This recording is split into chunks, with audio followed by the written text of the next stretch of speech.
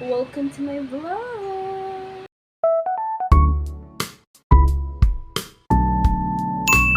So this is my first time to vlog. Kaya huwag niyong kalimutan to like, follow, and subscribe! So ngayon, ituturo ko sa inyo kung paano kumuha ng PSA through online. Step by step.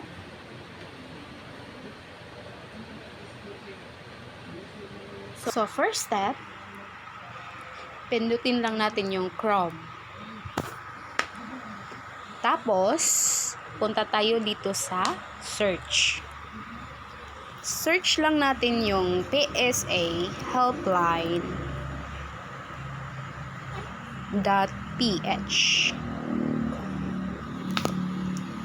So, pagkatapos, may lumabas na order now. So, pindutin na natin yung order now.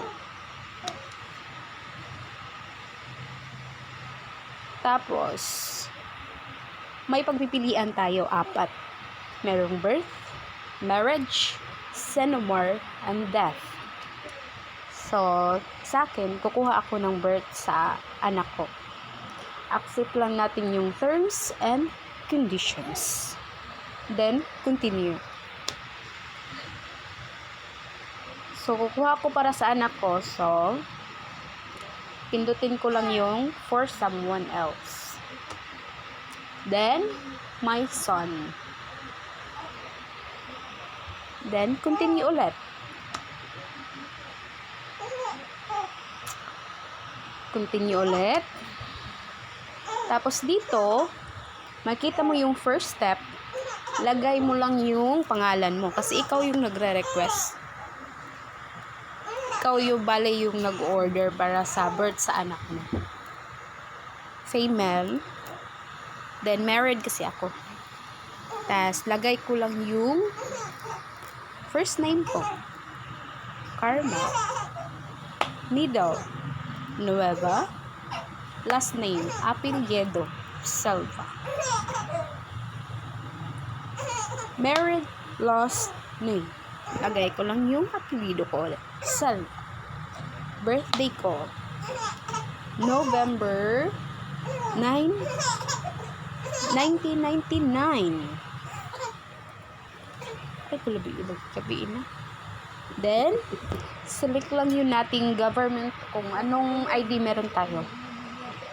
Select ko yung Philippine Identification Card. So, nandito na tayo sa pangalawang step. So, dito na natin ilagay yung pangalan ng anak natin. For example, Luke Harry. Middle name niya is Nueva. Last name, which is apelyido, Silva. Tas yung birthday niya, September 18, 2023. Bago ko pa lang siyang pinanganak. Then, continue ulit. Dito na tayo sa third step. Kung walang nakapangalan yung certificate live birth ng anak mo sa father niya, so, pindutin mo lang yung there is no father's name in certificate of live birth. Kung meron, huwag mong pindutin. I-fill up mo.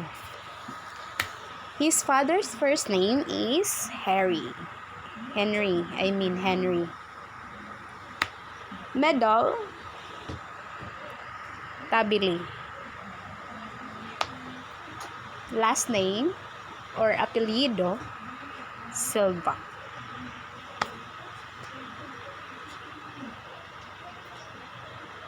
Maiden. Sorry, maiden pala yung ano. Kailangan ng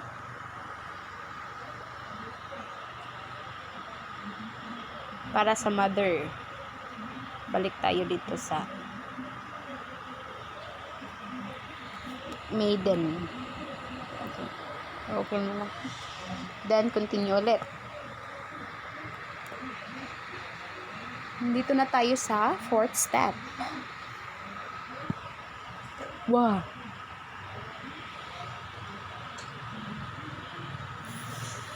Pindutin lang natin yung country. Philippines kasi kami.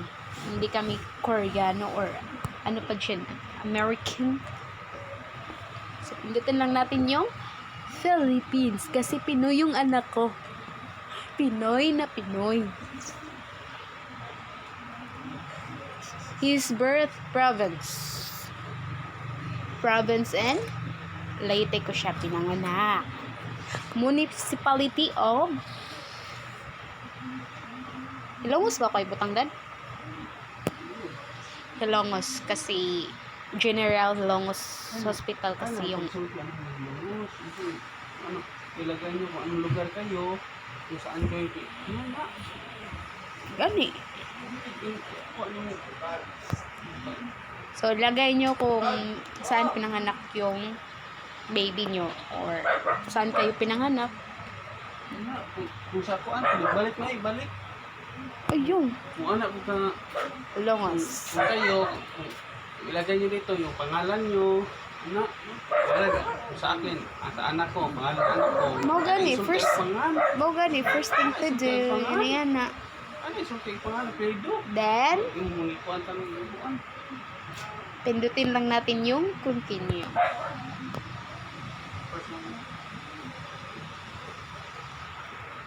So, pag napindot mo na yung continue, sa 5th step, may lalabas na the purpose of your request.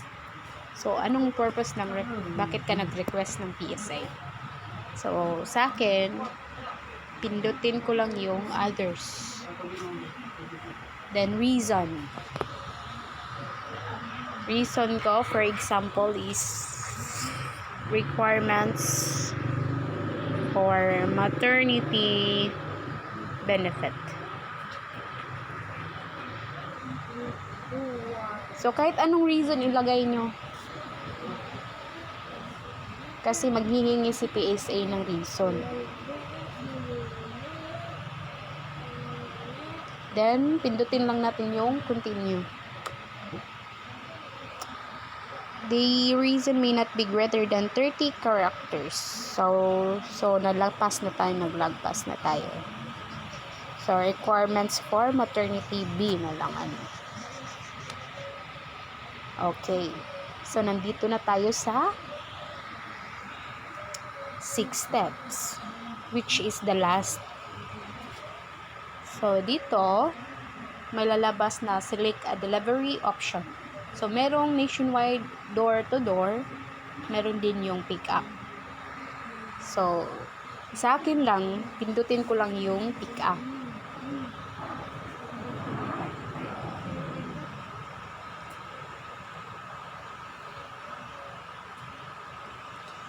Or door-to-door. So, door-to-door na lang. Kasi walang lalabas ng pick-up ng location ko. So, dito, kung meron kayong house number and street name, so, ilagay nyo dito. Pero kung wala, NA na lang. Then, subdivision or building name. Wala ulit. NA. So, delivery province, select nyo lang kung saan kayong lugar. So, sa akin, Leyte. Select ko yung municipality ko, Batu. Then, delivery barangay. Kung saan i-deliver ng driver or rider yung PSA. So, nandito kasi kami sa Daan Lungsod.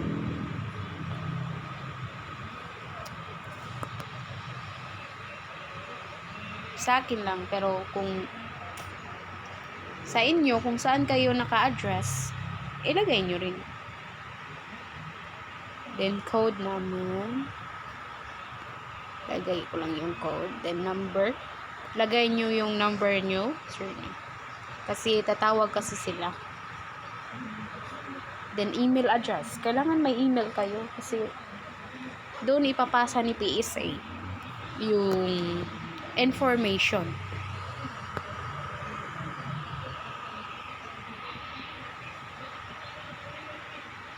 Save ko lang. Tapos,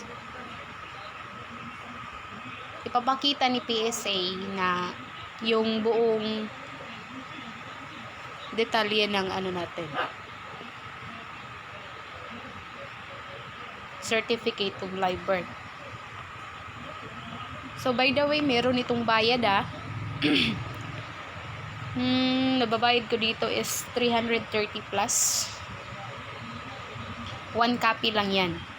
Pero kapag dalawa na, almost 6 times 2. I think times 2.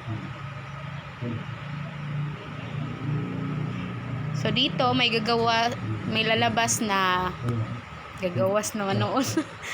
May lalabas na, are you personally the one who will receive the document, or do you want to nominate an authorized representative? So, pindutin ko lang yung I am the only one who will receive the documents. Kasi ako yung nag-request. So, then dito, pindutin lang natin yung I confirm. Then, continue.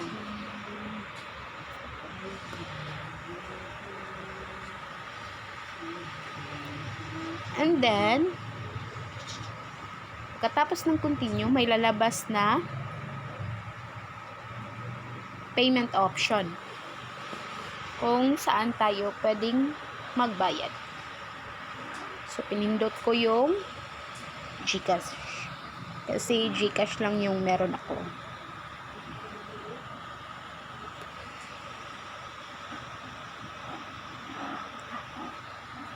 Tapos, pindutin na natin yung pay using GCash.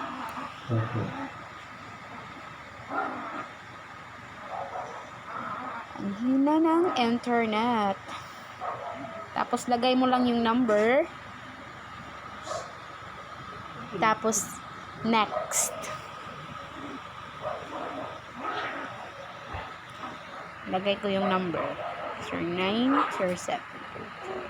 94947. May code na lalabas sa iyong number. So, 3, 4, 5, 8, 6, 3, 4, 6. Okay. Then, gagawa ka ng 4-digit PIN. Next.